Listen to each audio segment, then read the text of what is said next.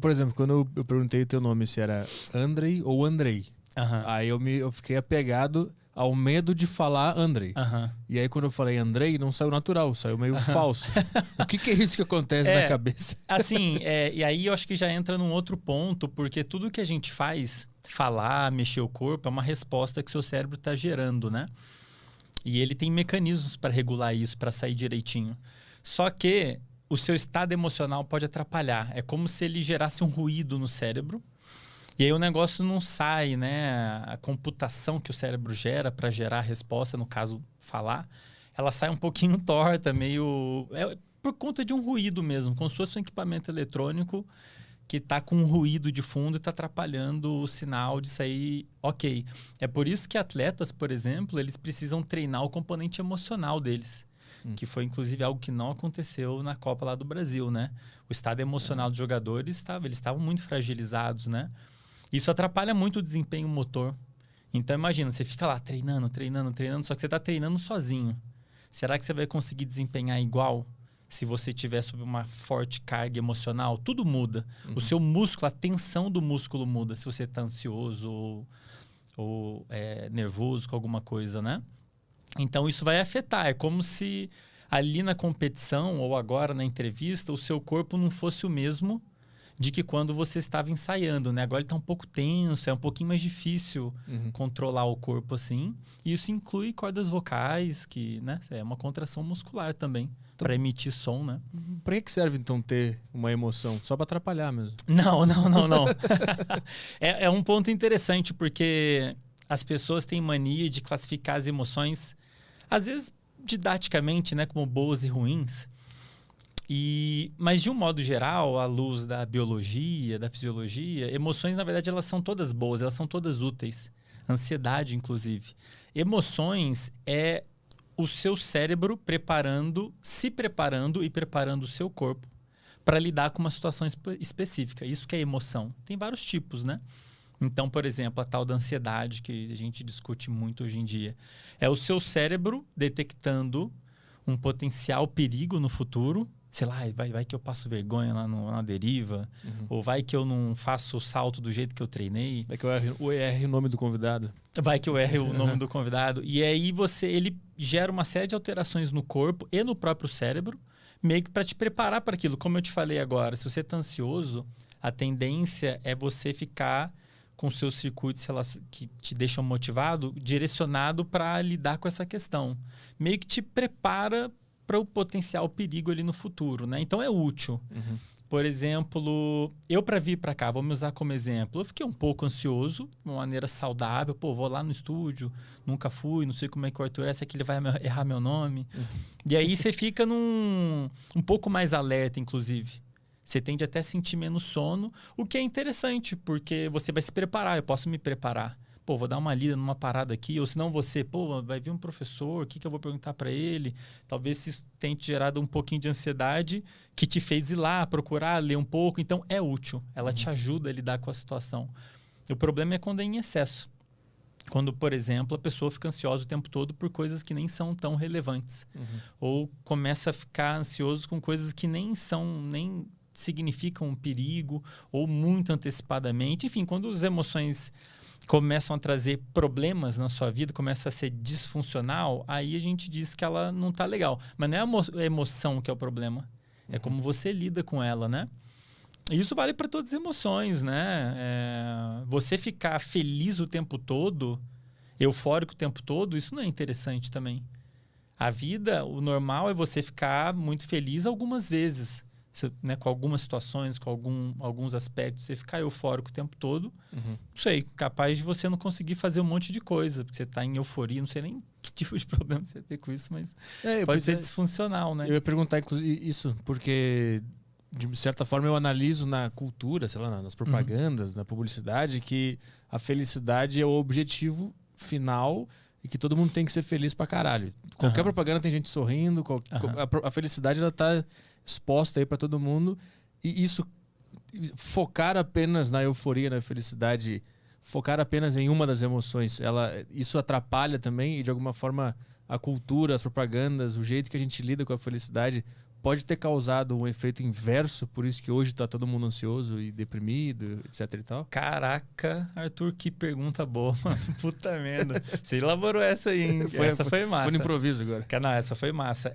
Sim, faz sentido o seu raciocínio. As pessoas colocam, e ponto número 1, a mídia, de um modo geral, o ambiente à nossa volta, nos influencia muito. A forma como a gente pensa, a forma como a gente vê o mundo é muito influenciada pelo próprio mundo, né? Então, o que passa nas propagandas, nos filmes, a gente, sem perceber, a gente vai construindo conceitos, isso influencia muito a forma de ver a vida. E, de fato, né, da forma como é colocado, parece que a gente tem que buscar sentir prazer o tempo todo, né? E isso é uma coisa que, de fato, a gente busca muitas vezes, sentir prazer. É uma das coisas que nos motivam, né? Você ir buscar para sentir prazer, rir, por exemplo. Dar risada é um comportamento que naturalmente gera prazer, ativa áreas do cérebro relacionadas a bem-estar e prazer, como serotonina, endorfina, tudo mais. Mas não é só isso que a vida pode se resumir, né? Eu diria que o ideal é que a pessoa busque mais um equilíbrio. Você não pode querer ter uma vida só de risada, porque você não vai conseguir fazer isso. Então, uma outra coisa, por exemplo, que as pessoas deveriam estar buscando é ter saúde, né? A pessoa só se dá conta do quão ruim é não ter saúde quando ela não tem mais.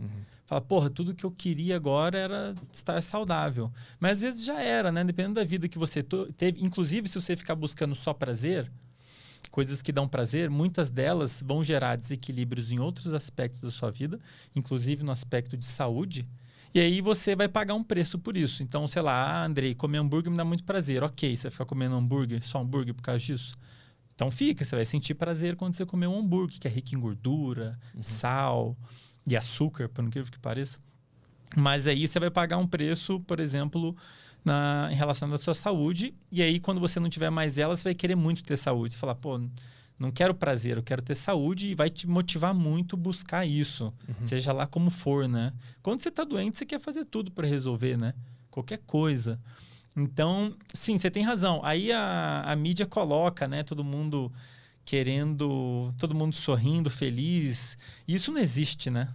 Isso não existe. Ninguém é feliz. É natural que as emoções oscilem, que variem emoções. Isso que é a graça da vida, né? É natural sentir ansiedade de vez em quando.